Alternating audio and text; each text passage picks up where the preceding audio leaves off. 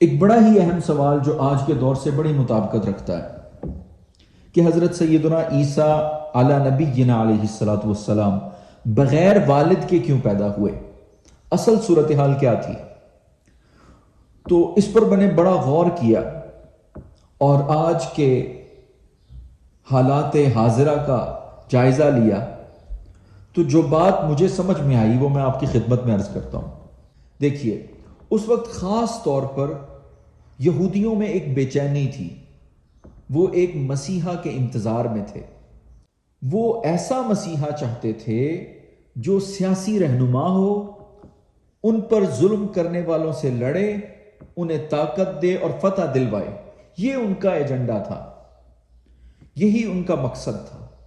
ان کا مقصد دل بدلنا، عاجز ہو جانا، تقوی اختیار کر لینا، اللہ تبارک و تعالیٰ کے قریب ہو جانا، توبہ کرنا، اللہ کی عبادت کرنا نہیں تھا۔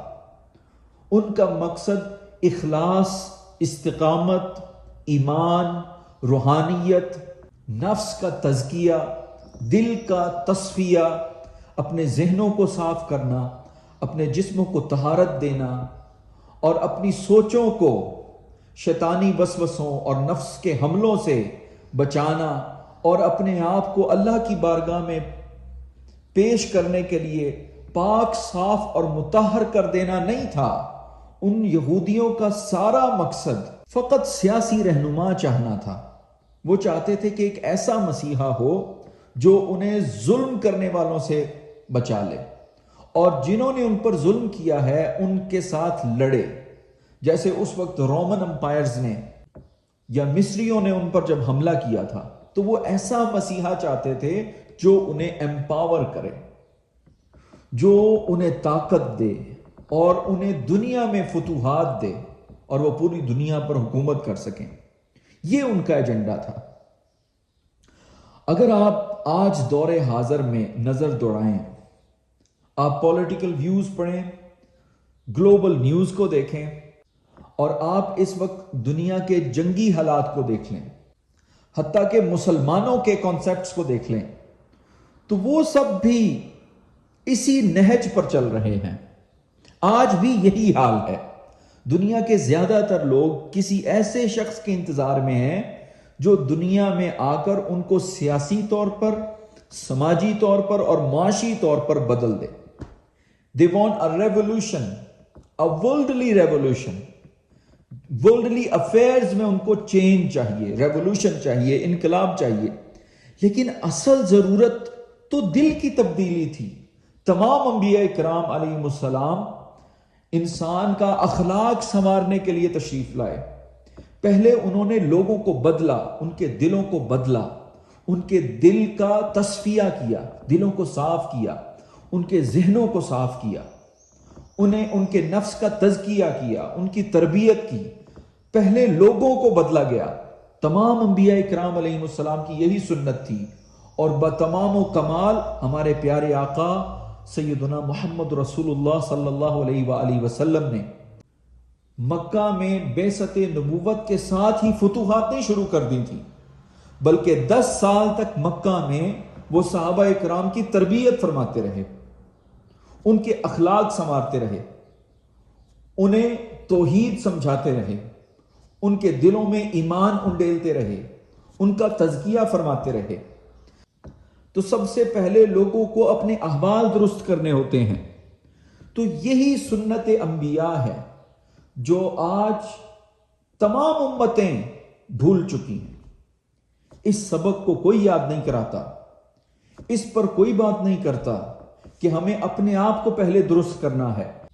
ہم بس چاہتے ہیں کہ کوئی مسیحا آ جائے اور وہ ایک پاورفل امپائر کھڑی کرے، پھر اس کے اوپر وہ قوانین رائج کرے، اور پھر ہمارے معاشی حالات درست کرے، ہمارے معاشرتی حالات درست کرے، ہمارے لیے انفراسٹرکچر بنائے، اور ہمیں بزنس امپائرز کے مواقع فراہم کرے، ہم دنیا میں خوشحال ہو جائیں۔ بس یہ مطلوب رہ گیا ہے۔ مگر آپ جب قرآن پڑھتے ہیں تو اللہ تبارک و تعالی جو سب سے زیادہ ایمفسائز کرتا ہے وہ یوم آخرت پر کرتا ہے۔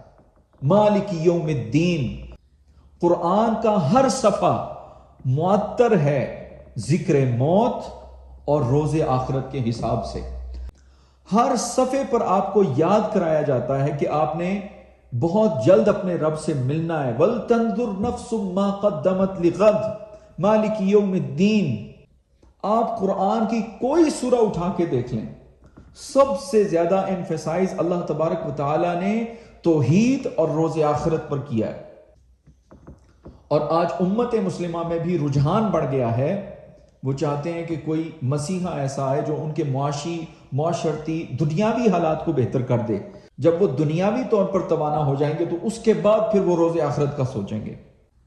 ایسا اللہ تبارک و تعالی نہیں چاہتا، ایسا انبیاء اکرام علیہ السلام نے کبھی نہیں کیا۔ وہاں حضرت سیدنا عیسیٰ علیہ السلام کے لیے کوئی مشکل نہیں تھا، اگر وہ مردوں کو زندہ کر سکتے ہیں تو کیا شہنشاہ اور سلطان اور بادشاہ بن کر نہیں بیٹھ سکتے تھے؟ کیا تخت پر براجمان نہیں ہو سکتے تھے؟ ہو سکتے تھے۔ انہوں نے اپنی ساری زندگی لوگوں کی تربیت کرنے میں لگا دی، ان کے اخلاق سنوارنے میں لگا دی، اور یہی سنت تمام انبیاء اکرام علیہ السلام کی تھی۔ تو کیا آقا حضور صلی اللہ علیہ وآلہ وسلم اگر چاہتے تو کسی مشرکین مکہ میں سے جرت تھی کسی کی کہ وہ غریبوں، یتیموں، مسکینوں پر اس طرح سے ظلم ڈھائے؟ نہیں۔ آقا حضور صلی اللہ علیہ وآلہ وسلم نے صبر کی تلقین کی، اخلاص کی تربیت دی، اخلاق سنوارے، لوگوں کو راہ راست پر لگایا، انہیں ہدایت کی راہ دکھائی، انہیں اپنے رب پر کامل یقین کرنا سکھایا، ان کے ایمان کو مضبوط کیا، انہیں ایمان بالغیب حاصل کرنے کا طریقہ سمجھایا۔ آقا حضور صلی اللہ علیہ وآلہ وسلم کی تمام عمر مبارکہ اسی بات سے تعبیر ہے کہ آپ نے پہلے لوگوں کو سنوارا، جب لوگ سنور گئے اور بڑے ہی کم مدت میں ان تربیت یافتہ صحابہ اکرام نے دنیا کی پاورفل امپائرز کو خس و خاشاک کی طرح اڑا دیا۔ لہٰذا اصل ضرورت دل کی تبدیلی ہے۔ اللہ تعالیٰ نے حضرت سیدنا عیسیٰ علیہ السلام کو ایک معجزہ بنا کر بھیجا، بغیر والد کے پیدا کیا، تاکہ یہ ثابت کر سکیں کہ وہ تمام قوانین سے بالا تر ہے۔ ایک واضح نشانی بھیجی کہ وہ صرف اپنی مرضی سے پیدا کرتا ہے۔ یہ لوگوں کی محدود سوچ کو چیلنج کرنے، ان کے غرور کو توڑنے اور انہیں یاد دلانے کا طریقہ تھا کہ حقیقی ہدایت صرف اور صرف اللہ تبارک و تعالی سے آتی ہے۔ تو سیدنا عیسیٰ علیہ السلام کی پیدائش صرف ایک معجزہ نہیں تھی، بلکہ ایک آیت تھی، ایک نشانی تھی، ایک طاقتور پیغام تھا کہ اللہ کی طاقت اور حکمت ہماری سمجھ سے بالا تر ہے۔